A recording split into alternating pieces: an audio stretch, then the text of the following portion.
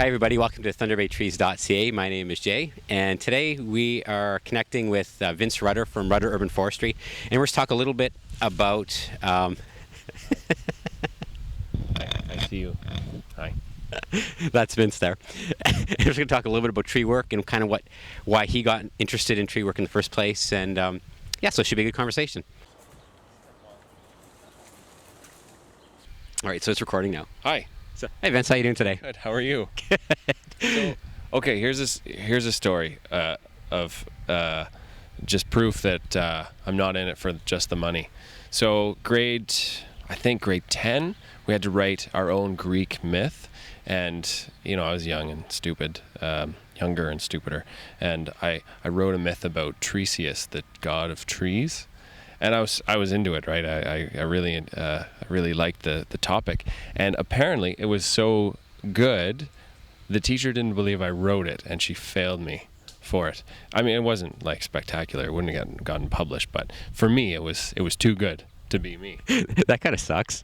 Yeah. Well, grades weren't so important to me ever anyway. So, but it goes to show that long ago I was thinking about it. So you were interested in trees and from a very early age. How old would you have been? 13, 14, I guess.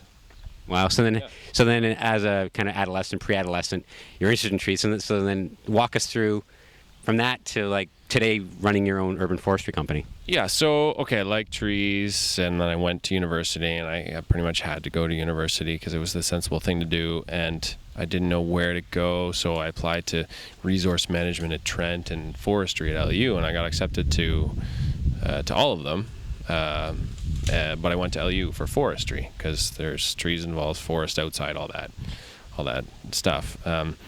But forestry is so extensive. It's so focusing on the resource and not the trees, as corny as that sounds. Like you look at these blobs on the map, and that represents a group of trees called a stand or a forest, and then you prescribe treatments based on what products you want to get and all that, but you never actually see the trees, right? You just see piles and piles of them.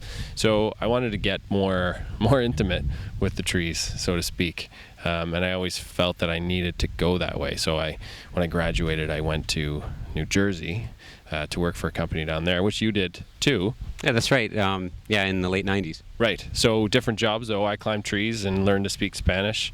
And when my groundman would break into my car when I locked my keys in, because he was in a halfway house just getting out of jail, and you sprayed pesticides on pretty much everything, right? Pretty much, yeah. Yeah, the round sprays. Yeah.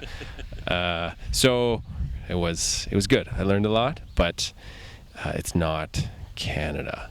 So I came back here and started doing this in Thunder Bay, and so far so good. So now, are you originally from Thunder Bay? No, Hamilton. Okay, so LU kind of drew you here. You did your schooling, and then you left, and then you decided to make Thunder Bay home. Yeah. I don't know. There's probably lots of reasons why. But Thunder Bay is a great place, and when I started as an arborist here, I was by default the area expert because no one else was. So it was easier that way too, and I could get my foot in the door. And now I am the area expert, and that makes sense. Like, I do know a lot about this, and people do come to me from all over the place with questions. So I've established myself, and this is where I am, and I have kids here, and a home, and my wife here, and I don't plan on leaving anytime soon. Although I kind of wish, every time I go to Southern Ontario and you look up and see these giant oak trees or tulip poplars or honey locusts, and we're working on a Manitoba maple, a box elder. And for those of you who don't know, they are the bottom echelon of tree species. Very weedy. Very weedy, but with good training and good care, they can be fantastic trees. And this species of tree keeps you pretty busy. Yes, yeah, we're very thankful for Manitoba maples because they're just over there. There's a whole row. There's about 50 of them, and if they're not dealt with for 10 years, then it turns into $1,000 job for us because it adds up and they get hazardous in the wires and over stuff, and that's how we make money sometimes. Well, thank you, Vince. You're welcome. Great.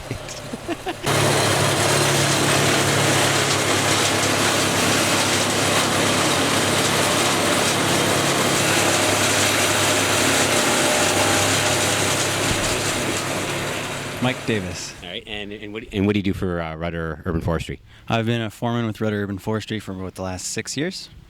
Okay, and so what kind of got you interested in tree work? Truthfully, I went to school for forestry and decided that I really didn't want to do that. And I knew that they were offering an arboriculture program, and just the fact that I could get paid to climb trees was really appealing to me. So now, it's pretty physical work, in the trees. Incredibly, yes. So, like, do you work out as well, or is your job your workout? My job is totally my workout. This backyard is my gym today. That's great. So now we have some footage here of you kind of doing some chipping. So what happens to the chips after you chip them up?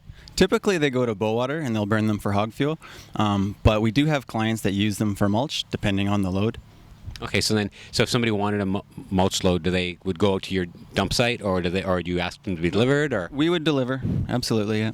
Oh wow, well maybe I'll have to give you guys a call. Yeah, please do. The more like people can use these chips versus just dumping them in Bowater, the happier I am. So. Well, that's great. Thanks, Mike.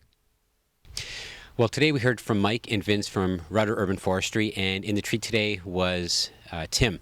So I hope you had a little bit of fun watching these guys in the trees and doing their work. And until next time, my name is Jay Dampier for ThunderBayTrees.ca.